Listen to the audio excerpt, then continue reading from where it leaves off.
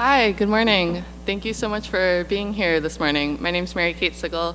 I'm the managing symposium editor of the Journal of Law Reform, and we're very pleased that you're here with us for Dispossessing Detroit, How the Law Takes Property. This morning we're going to start with a historical panel that's going to be moderated by Anna Rotrosin. So thank you so much. Hi everyone, welcome. I'm Anna Rotrosin. I'm an associate symposium editor with the Journal of Law Reform, and I'm delighted to be joined today by a really great panel of professors who have a wealth of experience on the history of land dispossession from a variety of perspectives. To my far left, I have Professor Michael Witgen, who is the Director of Native American Studies and an Associate Professor in the Department of History and American Culture here at the University of Michigan. And he is a member of the Red Cliff Band of Lake Superior, Ojibwe. Professor Louise Seamster has been studying emergency management and urban development in Michigan since 2012, and she is an Associate Professor of Sociology and Criminology and African American Studies. Assistant Professor, pardon me. There is a difference there, yes. Assistant Professor of Sociology and Criminology and African American Studies at the University of Iowa. Professor Beryl is the author of Family Properties, Race, Real Estate, and the Exploitation of Black Urban America, and a professor of history at Rutgers University in Newark. And to my immediate left is Professor Atuahene, who is a professor of law at Chicago-Kent College of Law, a research professor at the University of Michigan, and a research professor with the American Bar Foundation. And she is also the director of the Center on Socio-Legal Approaches to Property. Thank you all so much for being here today. So what we would like to start with is sort of give you all each an opportunity to tell us about how land dispossession has taken place throughout history through the lens of your research. Starting with you, Professor Witgen. Okay. All right, so I'll set my timer 5 to 8 minutes.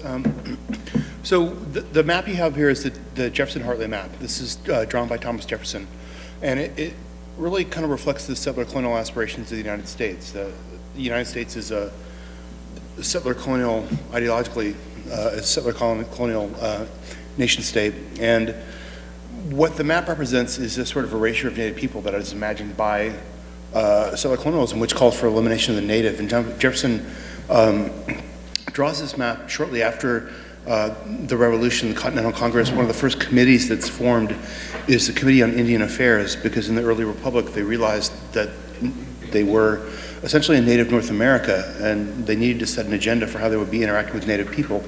And one of the first things that this Committee on Indian Affairs did was reach out to George Washington, who had considerable experience with Native affairs, and ask what should our Native policy be. And the answer came back from George Washington that the Native policy is going to be a good land policy.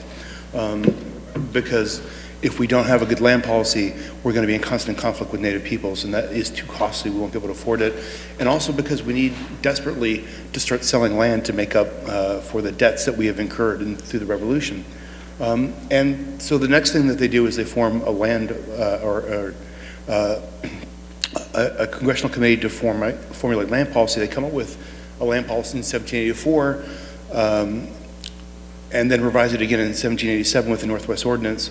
This Jefferson Hartley Map is the sort of reflection of the 1784 land policy, and one of the things that they come up with is stipulations that the federal government is going to be the sole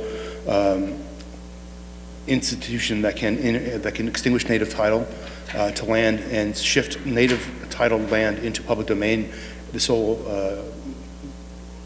entity that can sell that public domain to individual settlers. This map is the first iteration of that. One of the things that happens is they decide that a map with this many small states in the West would leave them vulnerable to Western states sort of detaching themselves from the Republic, attaching themselves to other foreign powers. So they decide to revise that, and the Northwest Ordinance or strips it down to the Northwest Territory can be 3 to 5 states. And the other sort of, this is Michigan Territory that comes in the aftermath. This is the Northwest Territory. One of the things that happens is The Northwest Territory is then sort of put in place. Like I said, it's an aspirational settler colonial moment, but the truth is there's tons of Indians on the ground. And in fact, there's a difference in terms of how the Northwest Territory is developed. Ohio, Illinois, and Indiana all become pretty quickly populated. The Northwest Territory establishes a guideline that 5,000 free white men is the requirement for creating a territory or organizing a territory. And then for the territory to transition from territory to state, entering the Union, you need 60,000 free white inhabitants. Indiana, Illinois, and Ohio are all go from territory to state before 1820. These are all territories that are attached to U.S. markets through St. Louis, New Orleans, because of the Ohio River, the Mississippi River. Michigan, however, north of the Ohio, is not accessible with an easily water route to the U.S. markets, and so it remains much less densely populated. In fact, Ohio, I think, is a state by 1803, so it means there's 60,000 people that are entering into that territory from 1797 to 1803. It's a lot of demographic change. Same thing as I said with Illinois and Indiana, but Michigan, which was created as a territory in 1805, is a place that doesn't become a state until 1837. As late as 1820, the population in Michigan Territory is approximately 9,000 white inhabitants. So that's Michigan Territory, which would be Michigan, Wisconsin, and Minnesota in today's states. And it's because they're not connected to the market economy. It's also because they're not connected to U.S. markets. The only thing to really do in Michigan is the fur trade, so they don't actually want Indians to sort of get off the land. They want them to keep hunting for the fur trade. And this basically changes with the opening of the Erie Canal. So in 1820, you have a population of the Michigan Territory of around 9,000 people. By 1836, the year before Michigan becomes a state, that population in the Lower Peninsula alone is 85,000. So if you can imagine, the population of Michigan goes through a massive change within less than 2 decades, or less than a decade, actually. When Michigan Territory was created in 1805, essentially the way the U.S. is working, the outside of the area around Detroit, the rest of the state of Michigan is believed to be in native title. And these are a series of 11 treaties that occur from the Treaty of Greenville in 1795 to the La Pointe Treaty in 1842 that essentially extinguished native title to the state of Michigan. So if you could imagine in 1805, if you're a native person in Michigan, you're in a majority native state. And within your lifetime, within basically a period of 25 years, that state's going to be transformed from a majority native state with a majority native population. There's approximately like 50,000 native peoples in 1805. There is 5,000 or so people in Michigan who are non-native in 1805. As I said, up to 1820, there's only still 9,000 people. But one of the things that happens is, as after the opening of the Erie Canal, there's more pressure for land, and through these series of treaties, most of which are fairly coercive. For example, the last big treaty in the Lower Peninsula is the 1836 Washington Treaty. They take the leaders from the Odawa and Ojibwe communities and bring them to Washington, forcing them to negotiate a treaty there where they're away from their home communities because it's easier to force them to cede massive chunks of land. They end up ceding approximately 13 million acres. So the 1836 treaty cedes 13 million acres in the Lower Peninsula for $20,000 for 3 years in annuity payments as an annual payment, which comes out to about 7 cents an acre in 1820s money. Those acreages then sold through public domain of the United States through the Northwest Ordinance at $1 an acre, so it's quite a big markup. But basically what you can see is that the state of Michigan goes from being a largely indigenous space to being incorporated into the Union within a period of 10 or 20 years. And think about this in the context of earlier colonial history in the United States. If you think about New England or Virginia, first settlement, there's a sort of a long timeline where there are native peoples or conflict with native peoples. There's a transition where native peoples are being pushed off the land. There's warfare, there's disease, there's a growing of a population. But it happens over the course of a century. In Michigan, what you have is you have a rapid dispossession of the entire state of Michigan within a period of less than 25 years. And native population remains in place, they're not removed. There's no catastrophic warfare, there's no massive population loss to disease. It is simply a forced negotiation of treaties where there are extinction of native titles negotiated, that native land is then put into public domain and made available at a subsidized rate to white settlers. If you've never seen it, this is a signature sheet for a treaty. So this is the signature sheet for the 1817 treaty for the foot of the rapids that actually established the land base for the University of Michigan. So this is what a legal document looks like that transfers the land for the state of Michigan. It's signed by native leaders. It's written in a language they don't speak. Their names are phonetically spelled by the treaty signers, and the X's that are made are their signatures of assent for the treaty, for the transfer of land property. Keep in mind they don't even make the X's. The treaty signers make the X's, and the native leaders touch the pen on the top of the X. And that's it, transfer of land. 13 million acres for 7 cents an acre. I was taking notes and forgot that I was going next. I appreciate all that. I'm also finding my distance. Okay. So, is this too loud? Okay. I have taken a somewhat different approach to talk about how my work is putting together a theoretical framework for understanding property dispossession and across related mechanisms, and it draws on historical events, but is less rooted in history. Because I was trained primarily as a race scholar, and somewhat in the tradition of critical race theory, but as a sociologist. And as folks like Cheryl Harris have shown us, and also drawing on frameworks of settler colonialism as structure, and then within these frameworks, the notion of property, so who can have it, who used to be property, and when land becomes property to be had, is intrinsically tied to the production of race and racial structures itself. And my ongoing work that I'm talking about today, much of it is with Danielle Purifoy, who's in geography at University of Chapel Hill right now. Starts somewhat inductively by looking at parallels and outcomes in processes across places and domains, and then trying to explain why so many really different processes can have similar outcomes and work backwards. And we focus on black places and white places because we have to draw some type of analytic boundary around what we do, because it's already too big. But there's a lot more work to be done to draw out similarities with other racialized forms of space and other iterations of those same places with other racial formations, from colonias in the West and South to reservations. And to also engage with the fact that, as our previous speaker just illustrated, we're talking about property claims that are all on stolen land.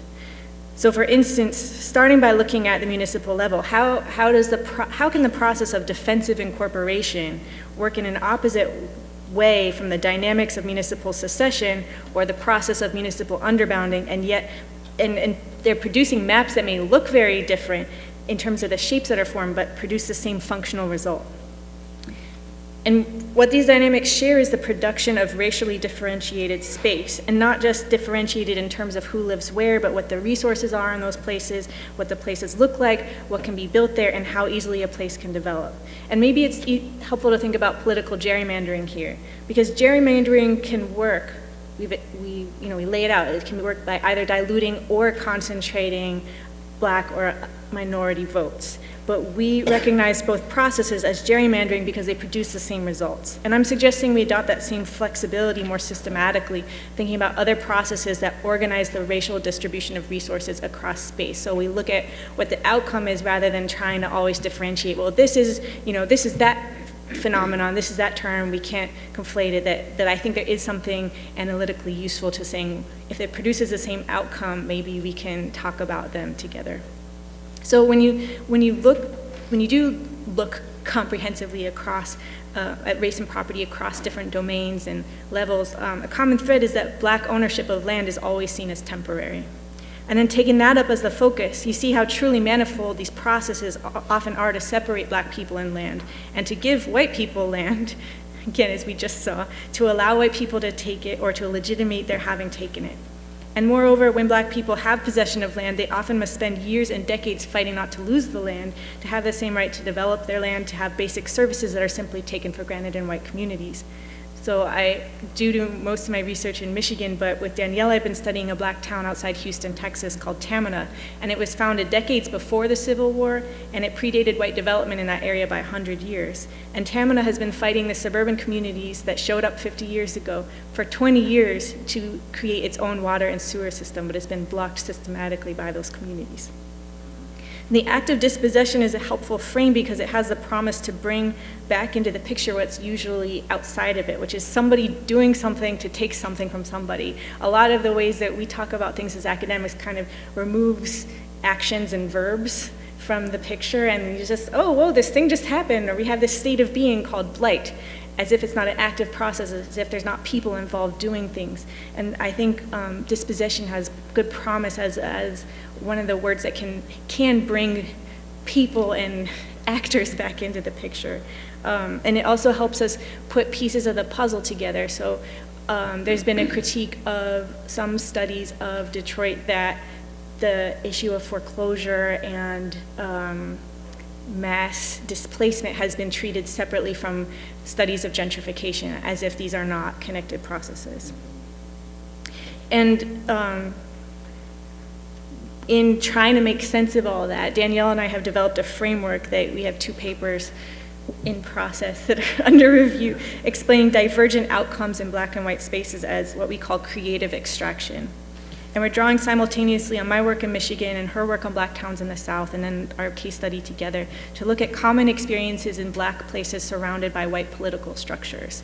And creative extraction describes overlapping strategies across financial and governmental domains to devalue Black governance and capture Black-owned assets, ranging from outright existential threats to erosion and political irrelevance. Representatives of white places and white interests can extract resources, which we're defining really broadly. It's not just physical land, but revenues, taxes, assets can be many things, through the destruction and devalorization of Black places, actively producing underdevelopment. And we're, in this we draw a lot on Clyde Wood's great book, Development Arrested. These processes are built into the rules dictating how places can be made and unmade. They're built into our taxation systems and our provision of infrastructure. And they're founded on assumptions about property rights and who deserves full representation in the social contract.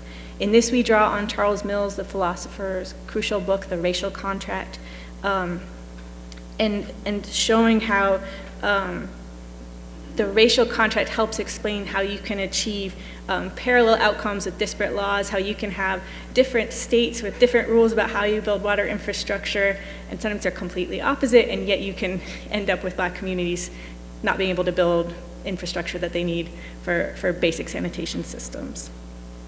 And I can talk, if needed, later at some point about the 3 different mechanisms, but just to describe how dispossession isn't always immediate. It can happen through several cycles or several iterations. So the destruction could happen through the siting of polluting factories, and then letting them rot, and then turning it into a brownfield, and then letting it rot again, and then coming back for it. So it's not always like one person comes in and is like, I have this plan, but that if you look at the larger, the cycles that this process takes, then it's much harder to identify blame or say this person did the thing, but to look at the overall cycles of how places gain and lose value or are devalued is really important. And the one last thing I would say to introduce as a concept is it's helped me to take one focus within this. So it's not gentrification as the focus, but for me right now it's looking at how debt works in all of this. and that's why it's great to have so many bankruptcy experts here today. Because debt is dynamic and it's relational. One person's debt is another person's assets. You already have this like transactional nature implied in your focus. And it leads you immediately to look at time, so the past and the future, because your debt needs to be repaid over time, or maybe it won't be repaid. It involves property, it involves constraints on a person's agency. And also you can look then at who benefits from debt. So all these developers in Detroit, they aren't necessarily putting down their own money. They've found a lot of ways to finance their development. And that, the more you look at that as a foundational key to our wealth in the United States, that debt has played a key role in the development of white wealth. And at the same time, debt is the same instrument that is dragging Black people and other people of color down. So Jefferson famously was laying out his plot in the early 1800s to draw Native Americans into debt through trading posts, and then to take their land once they were indebted to him. And so I've been studying how debt has played a huge role in the formation of the Great Lakes Water Authority and the distinction of debt there from Detroit, and how that plays into Flint. But I will stop here for now. Thanks. Okay, well, I could easily pick up on that debt question. I write about land installment contracts. I have written about them, and I'll just explain what that is and what it has to do with debt and property dispossession, particularly affecting Black African Americans, to some extent also Latinos and immigrants today, quite a bit. So when I write about, the question that I looked at in my book, Family Properties, was we know that neighborhoods changed in the 50s in cities across the country. There was the great migration of African Americans to cities in the north. And then there was this intense pressure on property, and property changed over from white to Black ownership. Yet, how could this happen? Because at a time when Black people could not get mortgage loans. From the 30s through the 60s, and on and off to the present, African Americans had limited access, extremely limited access to bank mortgages to purchase property because of FHA redlining, which, I never know, I think everyone should know this, but occasionally some people don't, so I'll just say the Federal Housing Administration, created in the 30s, was created to jumpstart the housing industry. It was a federal program that would insure properties and helped build white wealth by enabling banks to make very low-priced mortgage loans to white buyers that the federal government would insure. And because the federal government would insure it, banks would make the loans. They would not insure mortgages for African Americans who wanted to buy in a Black neighborhood on the grounds that those neighborhoods tended to be older, overcrowded, and run down. But they would also not insure to African Americans who wanted to buy in a white neighborhood on the for the justification that by moving to a white neighborhood, African Americans lowered the value of that white neighborhood. So they couldn't get a mortgage in their own neighborhoods, nor could they get one if they moved out of their own neighborhoods. They could not get mortgages. So in this kind of context, how did African Americans purchase homes? They would buy them from speculators. And this is, I'm talking post-World War II, late 40s through the late 60s, in a time in which Black populations in cities across the country, in the north especially, increased, 5 times, 10 times, massive increases in population, creating massive property pressure for housing. So in that kind of context, you had speculators buying property from whites who were moving to the suburbs and getting insured loans, low-priced loans on fairly priced new properties in the suburbs. Speculators bought property from departing whites and then sold them to African American buyers at massive markups. So typically double to quadruple what they bought the house for from a white buyer. I start my book talking about one particular purchase in Chicago where a speculator bought a property for $4,000 and resold it to a black couple a few weeks later for $14,000. So, not that unusual a markup, though more typically about they would double rather than quadruple the price. But they could quadruple the price because you didn't have a choice. So how did blacks manage to purchase such overpriced properties?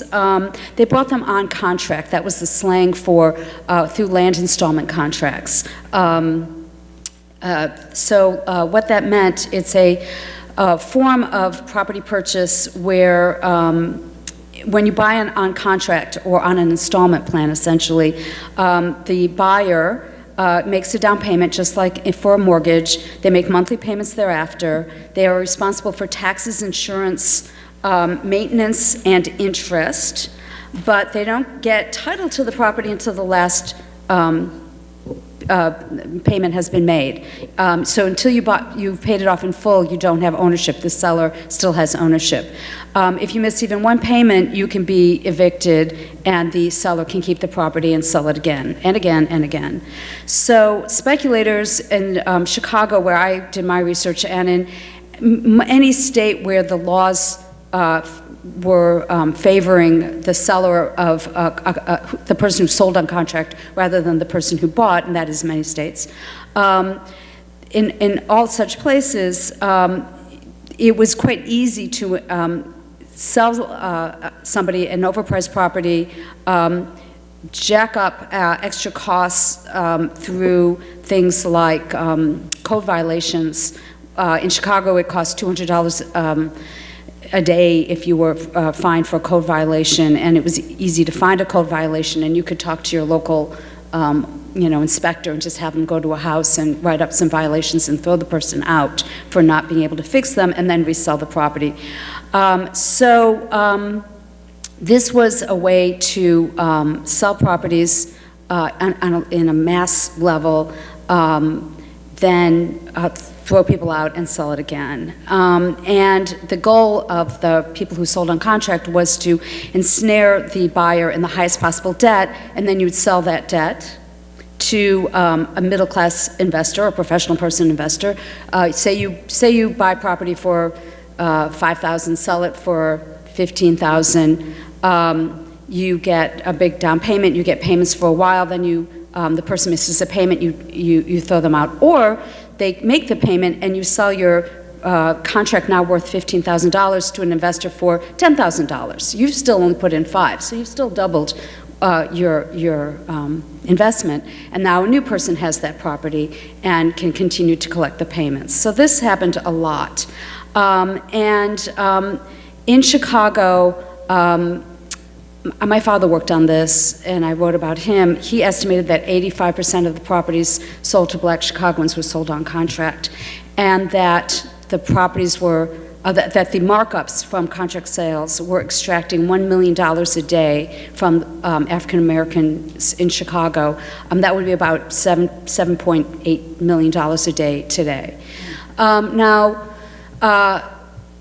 Recently, some scholars and investigators looked into, they tried to really quantify how much money was taken out of black Chicago by exploitative contract sales, and they came up with the number of $3.2 to $4 billion extracted from black Chicago communities between 1950 and 1970 just through the markups on the contract sales. At the same time, interestingly, a lot of African Americans made those, completed the contracts. So you either lost property or you lost wealth, but that was how it worked. And it also led to the decline of communities, because if the people who made their contracts, one of the ways that they managed to fulfill the onerous terms of these sales in a period when you cannot miss one single payment or you're out, they kept it up by subdividing their places, by getting in tenants in their own properties and charging them high rents, by doing no maintenance, and by trying to keep the contracts up, they end up overcrowding their properties and under-maintaining them. And when people are doing that en masse, when most of the properties in a given community are being sold this way, you end up having an overcrowded, under-maintained community that falls into decay, and then the people are blamed for that. So this is a system that forces people who buy in contract to be their own exploiters. And then, of course, white people seeing, looking on, say, well, wait, what happened? This used to be a nice community, now it's overcrowded and run down, and it must be their fault, not knowing the pressure that the people who are living there are working under.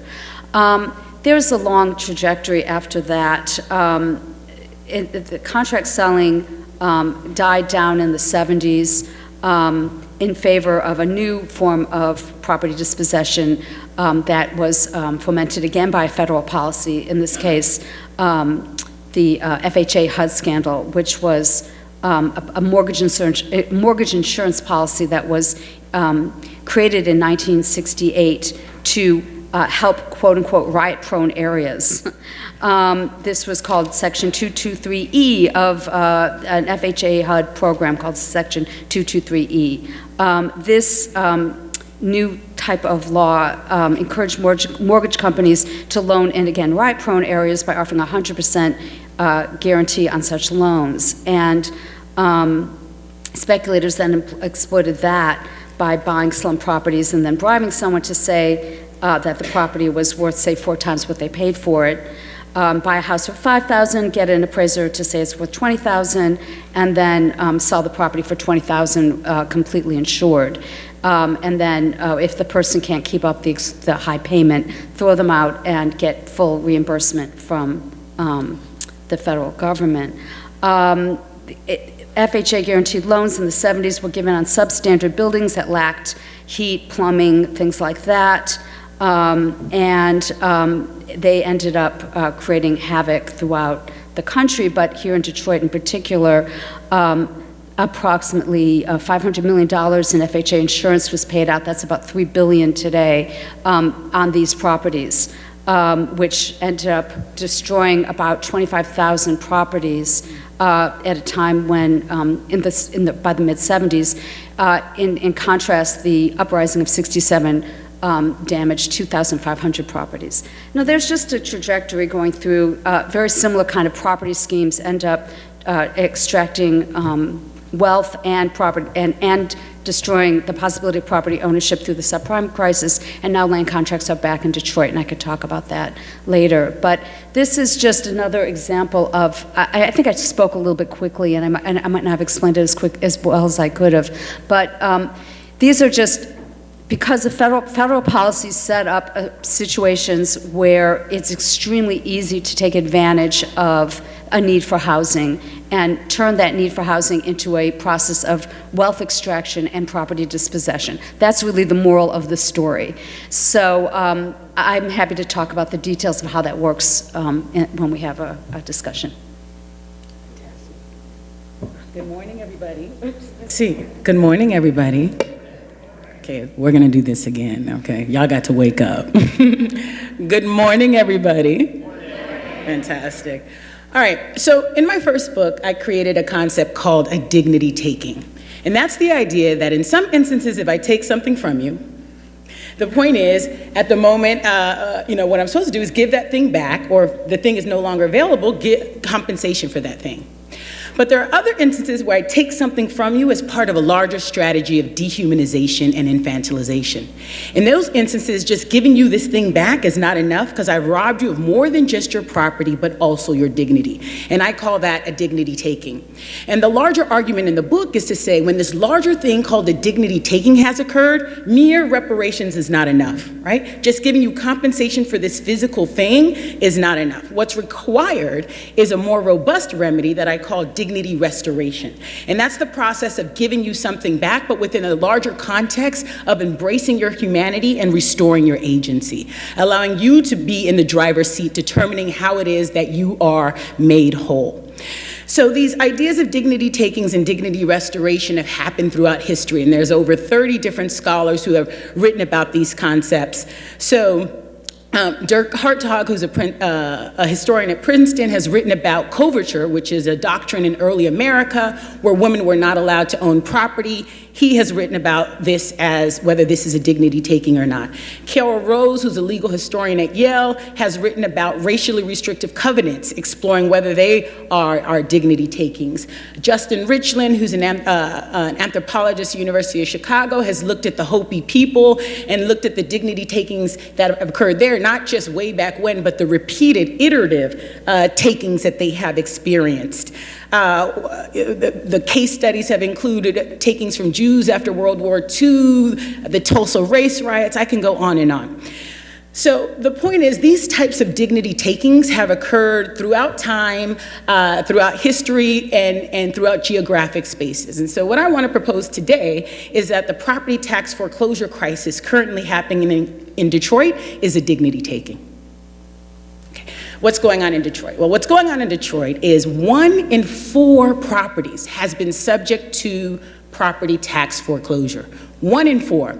We haven't seen this number of property tax foreclosures in American history since the Great Depression. So the question is, what in the hell is going on in Detroit, right? So we did a study. And the Michigan State Constitution is quite clear. It says no property should be assessed at more than 50% of its market value. Other state constitutions, to the extent they mention property tax assessments at all, say things like they have to be uniform, fair, equal, which are all nebulous standards up to a judge to determine. Because Michigan has such a clear ratio, it's numerical, people like me and my co-authors can come in and run the numbers to determine legality, and that's exactly what we did. So the first study we did looked at assessments between 2009 and 2015. And we found that in each of those 7 years, anywhere between 55 and 85% of properties were being assessed in violation of the Michigan State Constitution. Then when we broke the data up into 5 quintiles, quintile 1 being the lowest valued homes, quintile 5 being the highest valued homes, we found that in quintile 1 and 2, meaning the lowest valued homes, 95% or more of the homes were being assessed in violation of the Michigan State Constitution. But when we got to quintile 5, the highest valued homes, less than 18% were being assessed in violation of the Michigan State Constitution. So then the second study we did is a study about race, because you do everybody a disservice in Detroit if you don't look at the question of race directly. And so the question we asked in the second study are, there are 43 municipalities in Wayne County. 3 of them have a supermajority of black people, 70% or more, and 33 of them have a supermajority of white people. So this is horrible for society. You know, I'm originally, I live in Chicago, and I always say we know how to do segregation in Chicago, but you people in Michigan put us to shame, right? It's just, you do segregation at the next level. So that's horrible for society, great for me, because I get to ask the question, are the majority white cities in Wayne County being unconstitutionally assessed and foreclosed on at the same rate as the majority black cities? And as you can imagine, the answer to that is an unequivocal no. The third study we did had to do with the connection between unconstitutional assessments and foreclosure, because there are lots of things that cause foreclosure, right? Whether you are poor, you might have had a divorce, we can go on and on, you know, all the things that cause foreclosure. So the real trick in that third study is to hold all those things constant so that we can determine the effect of unconstitutional assessments on foreclosure rates. And our results are that 10% of tax foreclosures would not have happened but for unconstitutional tax assessments. And when we looked at just that lowest quintile, those kind of the lowest valued properties, we're able to say 25% of those properties would not have gone into tax foreclosure but for unconstitutional tax assessments. Now, the last piece of this puzzle is something called the poverty tax exemption. 40% of Detroiters live below the poverty line. And guess what? If you live below the poverty line in Michigan, you're not supposed to be paying taxes in the first place because you qualify for the poverty tax exemption. But I promise you, the city of Detroit erected so many unnecessary barriers to people receiving this poverty tax exemption that many people never knew about it, number one, and those who did try to apply, many of them were unsuccessful in the application. And when I say unnecessary barriers, forget just putting the thing online. That, no, I'm talking about they literally had a process where you had to apply to apply. I mean, just nonsensical foolishness, right? And so this is what we're facing. So we're facing in Detroit a situation where people are being unconstitutionally assessed. When they cannot afford to pay the resulting illegally inflated taxes, they're being evicted from their homes at record rates, historic rates, for property taxes they weren't supposed to be paying in the first place. My God. Now, this is a dignity taking, right? And especially because what you need to understand is this is not an isolated incident, right? This property tax foreclosure, this racialized dispossession happening currently in Detroit is the latest chapter in a longer history of racial dispossession happening in Detroit. It starts with racial zoning, racially restrictive covenants, urban renewal, predatory lending, right? I can go on. And it's important not to think about what's happening in Detroit, again, as an isolated incident, because it's not. It's the latest chapter in a longer legacy of racialized dispossession. It is a dignity taking. Thank you so much. So that is a perfect segue to talking a little bit about how the history of dispossession lines up with what's happening in Detroit. And I was wondering if each of you could speak to that a little bit. Professor Seamster, you also mentioned some stuff about that. The way I've been thinking about things lately, I'm writing this paper about the financial and political conditions that triggered Flint's water crisis and what I'm calling water secession, which is the formation of two water authorities out of Detroit's water system. And trying to come up with a frame to explain what this means and how to understand it. And the resonance I finally came up with is I remembered that I had been writing about how we're in the second period of redemption.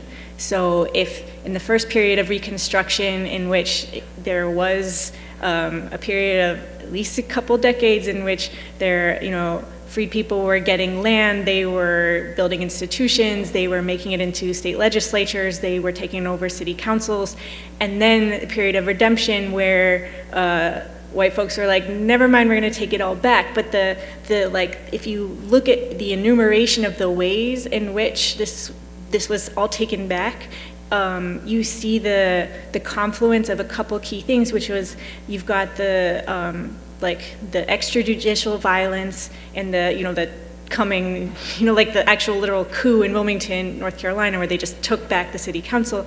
And today we have emergency management when they're just like, no, you're not going to be in charge anymore.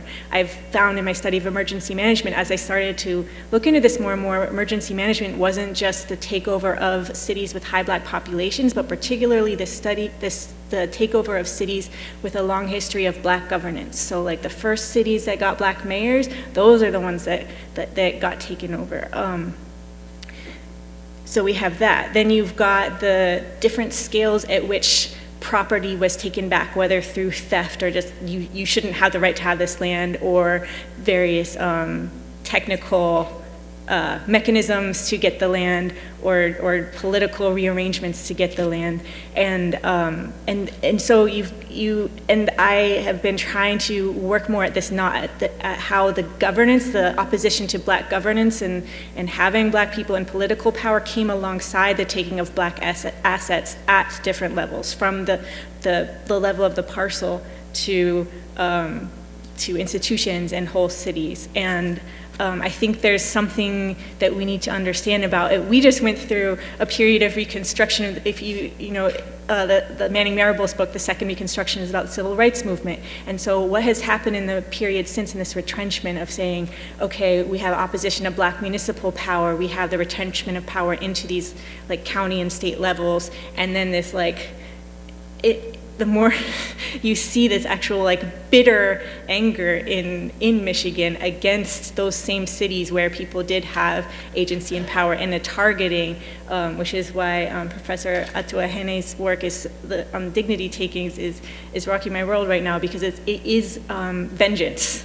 it's not just predation. It's not just like we've concentrated this population and now we can exploit you, but actually like I am angry that you had power at any moment, so I'm coming back for it. Yeah, I'd like to just comment on what Bernadette was saying, just to, I talked about land installment contracts and I mainly talked about Chicago, and some of you might have thought, well, why is she doing that? This is a panel about Detroit.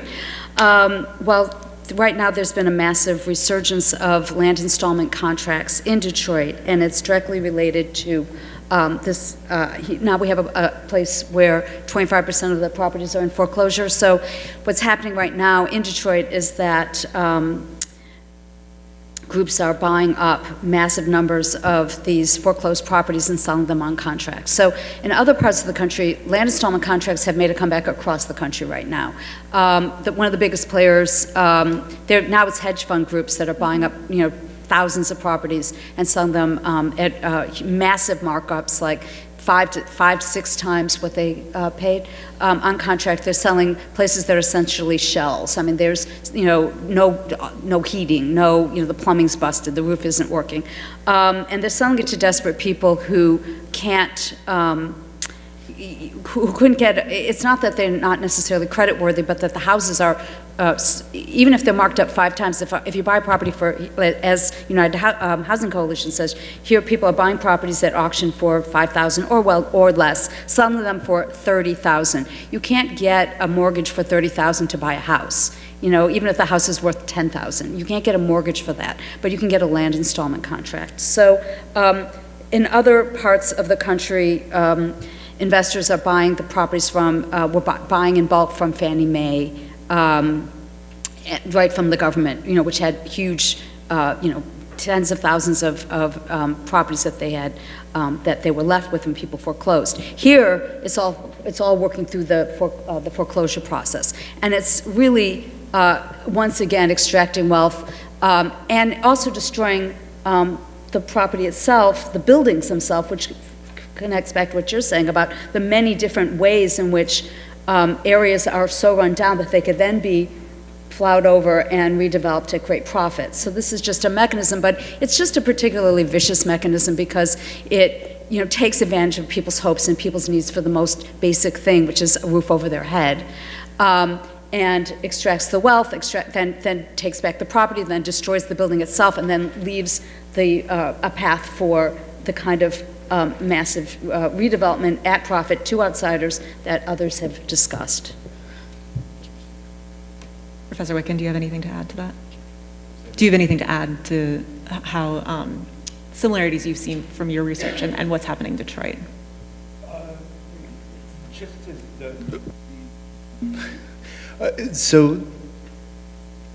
to say that the sort of transfer of wealth that happens starts out at the point where Michigan is created as a state. So you've basically got a state that's legally operating from sort of a natural law perspective that it's in native title.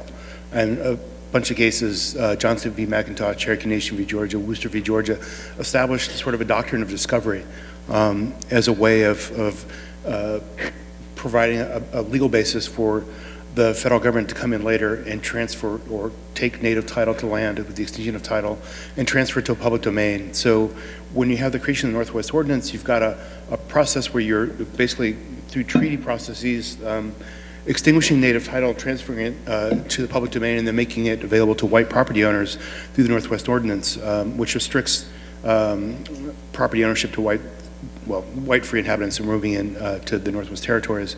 So you've got not only this subsidized land base, but then the annuity process that is paying Indians for this transfer of wealth is essentially plundered by a combination of traders, state officials, trading officials. Every time the annuity is paid, up to 95% of that annuity is claimed for back taxes or debt that's been incurred supposedly to traders and government officials for natives who've fallen into debt during the trading process. So you have to have a process where the land transfer to white property owners not only being subsidized and managed by the federal government, but Native people are being plundered along the way for this transfer to occur. So basically the basis for property ownership in the state of Michigan has already started out with this sort of, well, land theft is at the root of the process. So, you know, that's the kind of baseline that you're starting from. Thank you. Professor Atuahene, I know that some of your research has focused on land dispossession in South Africa. I was wondering if you could tell us about the similarities and differences you've encountered between what's happening in South Africa and what's happening in Detroit. Okay, great. So what's funny about that is when I'm in South Africa, they're like, "Comrade, when are you coming back home to Africa?" And if you've ever been to South African government, they call each other comrade. I'm not sure. They're like lost in the 60s. They're like, "When are you coming back home to Africa?" And I said, "Listen, Johannesburg is 80% black and Detroit is 80% black. I haven't left, right?" And the history of dispossession is also very similar. So in South Africa, for those of you who don't know, as a result of from the colonial and apartheid era land theft, 87% of the land at 1994, when liberation was achieved, 87% of the land was owned by whites, although they constituted less than 10% of the population. And as part of the liberation bargain in 1994 that Mandela negotiated, the property clause was probably the most contested and important clause of the Constitution. And that clause gave whites property to whatever property they had, whether it was stolen or not. In 1994, immediately, they got clean and clear title. In exchange for that, blacks got Section 25.7 of the Constitution, which is land reform, right? And the problem with that bargain is that whites got what they got immediately, and blacks had to work on a newly constituted, underfunded government to get what they needed to get. So it should be no surprise that almost 25 years after liberation in South Africa, less than 10% of that land has changed hands from whites back to blacks. So we are, in South Africa, a majority black population is experiencing dispossession, just like in Detroit. It's a majority black population that, although they at one point didn't have political power, but they came into political power, we're having a situation where, same thing in Detroit, right? There was at first no political power, but now there is increased political power. But nevertheless, we still are in an era of dispossession. We're still struggling with this, with these issues of dispossession. And so, my concepts of dignity takings and dignity restoration, it was really created based on the ethnographic work I did on the South African land reform. But it completely, again, applies in lots of different places, but especially here in Detroit. And I think it's really important to make those connections, to understand that this dispossession is, again, not just a Detroit thing, it's not just an America thing. We have to start connecting the dots internationally, to understand what's really happening with dispossession. Thank you. And before we open up the room to questions from the audience, just wanted to ask the panel, you know, it's horrible what's happening, but is there anything that we can do to combat what's happening? And I'll open that to the panel. There's any number of legal reforms that could happen to land contracts that would make them less easy to exploit. But there's resistance to that, you know. I think it's similar, they could make changes to the foreclosure process. We know it's unjust, we know it's set up to make people fail and transfer property away. So it could be changed, but there would have to be an understanding of, you know, A, an understanding that, you know, this is how it works beyond the group of people who work on it, and B, you know, some concern, you know, and there isn't, you know, I mean, there's, and that does get back to, you know, a very foundational problem of racism, which has distorted, you know, everything here and abroad for a very long time. So, so it's a funny question, because sure, it could be changed, you know, no question. It's just, do we want to, and do we have the political will, and how do you get the political will? Often when I'm driving around Michigan, what I think to myself is, this is what you did with it? give me a fucking break. So that, we can't get back. But within the last 20 years or so, Native people began to reassert sovereignty in ways that has been tangible and real for Native communities, that has been basically sort of mobilizing sovereignty that's come to them through treaties. That I suppose is something that you can reach back. You're not going to reclaim massive chunks of land. Like South Africa, this is a settler colonial nation state, and the settler state's not going to give up that land, but you can reassert sovereignty, and people have been doing that across the board, and I think that's something.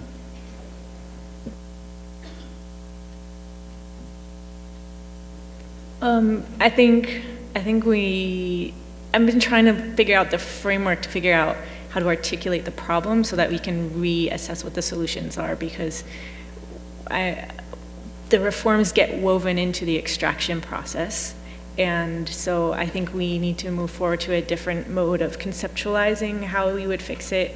I think reparative justice is in order, and not, and to you know, when we're talking about reparations, like my own conceptualization of reparations doesn't stop at 1865, but like as an urban scholar, I'm focused on what's happened in the last century or two and in the last decade, that we've had this huge theft of black wealth over the recession that hasn't even been acknowledged, that some people have said is the biggest loss of black wealth since